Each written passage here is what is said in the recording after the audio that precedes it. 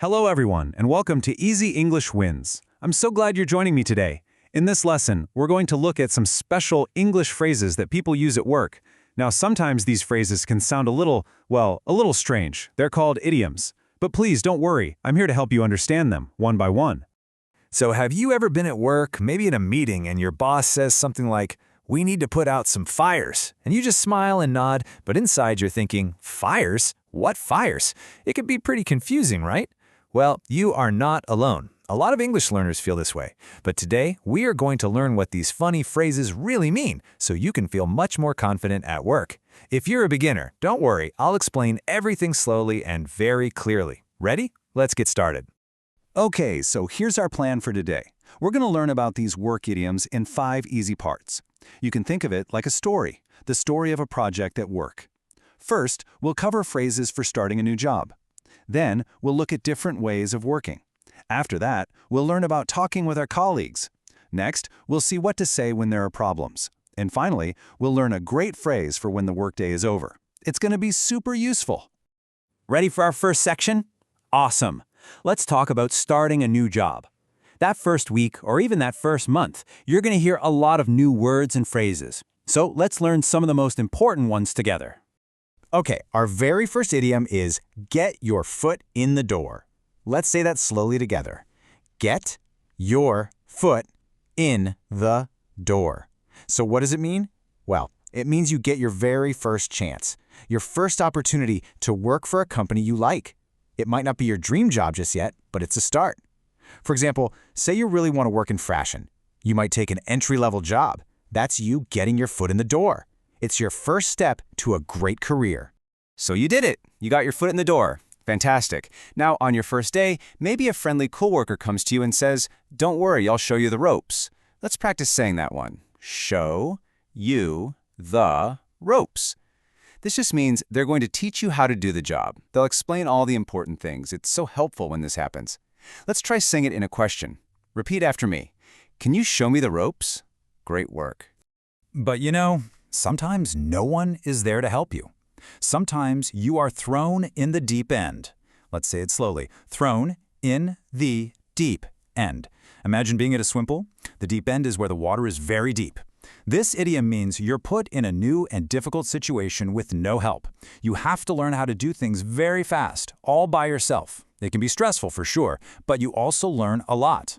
I remember my first day at one job. My boss gave me a huge project and just said, "Good luck." Wow, I was really thrown in the deep end. So, when you are thrown in the deep end, we often say you have a steep learning curve. Let's try that one. Steep learning curve. Now, what does steep mean? Well, imagine a big mountain. A steep mountain is very hard to climb, right? It goes up, up, up very quickly. A steep learning curve is just like that. It means you have to learn a lot of new things in a very short time. It's a huge challenge, but just think how great you'll feel when you get to the top. This is a really perfect way to think about it. Having a steep learning curve is like walking up a very steep hill. It's much more difficult than walking up a nice, gentle, easy hill. So I have a question for you. Have you ever had a job with a steep learning curve? You can tell me about it in the comments below. You are doing a fantastic job. Seriously, great work. Let's move on to our second section, different ways of working. So you're in your new job, you're learning things, but how do you actually do the work? Let's learn some idioms about that. Okay, so sometimes at work, your manager might tell you, make sure you do this by the book. Let's say that one. By the book. This is pretty simple. It just means you have to follow all the rules, 100%. No mistakes, no changes. For example, if you work with money at a bank, it's very important to do everything by the book to keep everyone's money safe. Now, the total opposite of by the book is to cut corners. Let's say that slowly. Cut corners. This means to do a job in the easiest, fastest, or cheapest way possible. Now, sometimes this can be okay, but a lot of the time it means the quality of the work is not very good.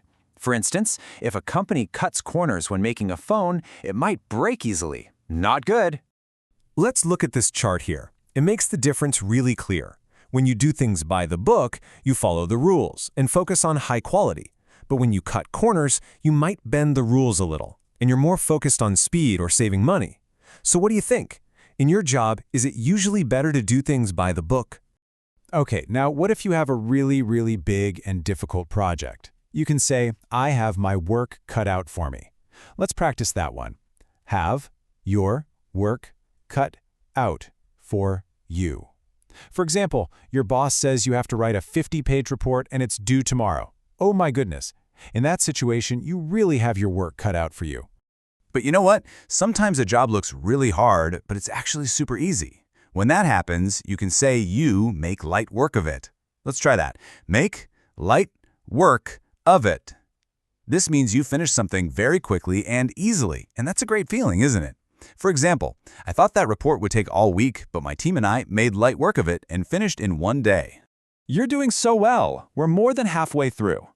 Now let's talk about our next section, communication.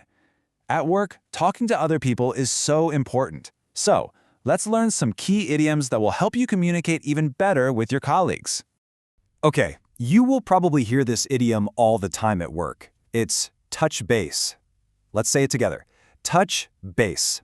It just means to talk to someone for a short time to get an update. For instance, your manager might email you and say, let's touch base tomorrow morning about the project. It's not a big long meeting, it's just a quick chat. Now, what if you're in a hurry? You can say, let's cut to the chase. Let's say that one. Cut to the chase. This means let's skip the small talk and get right to the most important point. It's very direct. Now, you want to be a little careful with this one so you don't sound rude. It's good to say something polite first, like, I know everyone is very busy, so let's cut to the chase. Okay, this next one is interesting. Sometimes you really want to say something, but you know it might cause a problem or an argument. In that situation, you bite your tongue. Let's practice it. Bite your tongue. It means you physically stop yourself from speaking. For example, your colleague shares an idea that you think is not very good. You might just bite your tongue to avoid upsetting them. You are learning so much today. This is fantastic. Let's move on to our next section, dealing with problems. Because, let's be honest, sometimes at work, things go wrong. It's a normal part of life. So let's learn some idioms to talk about these challenging situations. So, imagine a boat on calm water. Everyone is happy, but then you do something that makes the boat start to shake. You rock the boat. Let's say together, rock the boat.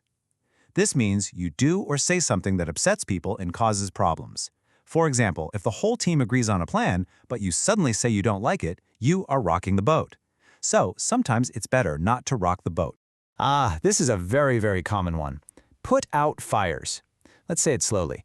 Put out fires. This means you spend your entire day solving small, urgent problems, one after another.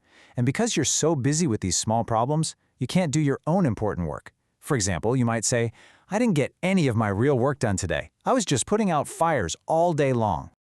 Now, what happens if you make a mistake at work? Well, you might be in hot water. Let's try that one. In hot water. It just means you're in trouble. Imagine sitting in water that is too hot. It's not comfortable, right? It's the same feeling. For example, if you miss an important deadline, you might be in hot water with your boss. All right, and our very last idiom for today is a nice happy one. At the end of a long, busy workday, you can say to your colleagues, okay, let's call it a day. Let's say it slowly. Call it a day. This simply means it's time to stop working and go home. You finished. You did a great job today. Wow, you made it to the end. That was a lot of new idioms, and you did an amazing job. Now it's practice time. I want you to go to the comments below and write one sentence about your day or maybe your week using one of the idioms we learned today. For example, you could write, this week I had a steep learning curve at my new job. I'm so excited to read your sentences. And remember, keep practicing. You are improving so much. Don't forget to like this explanator and subscribe to Easy English Wins so you don't miss our next lesson. See you then. Bye for now.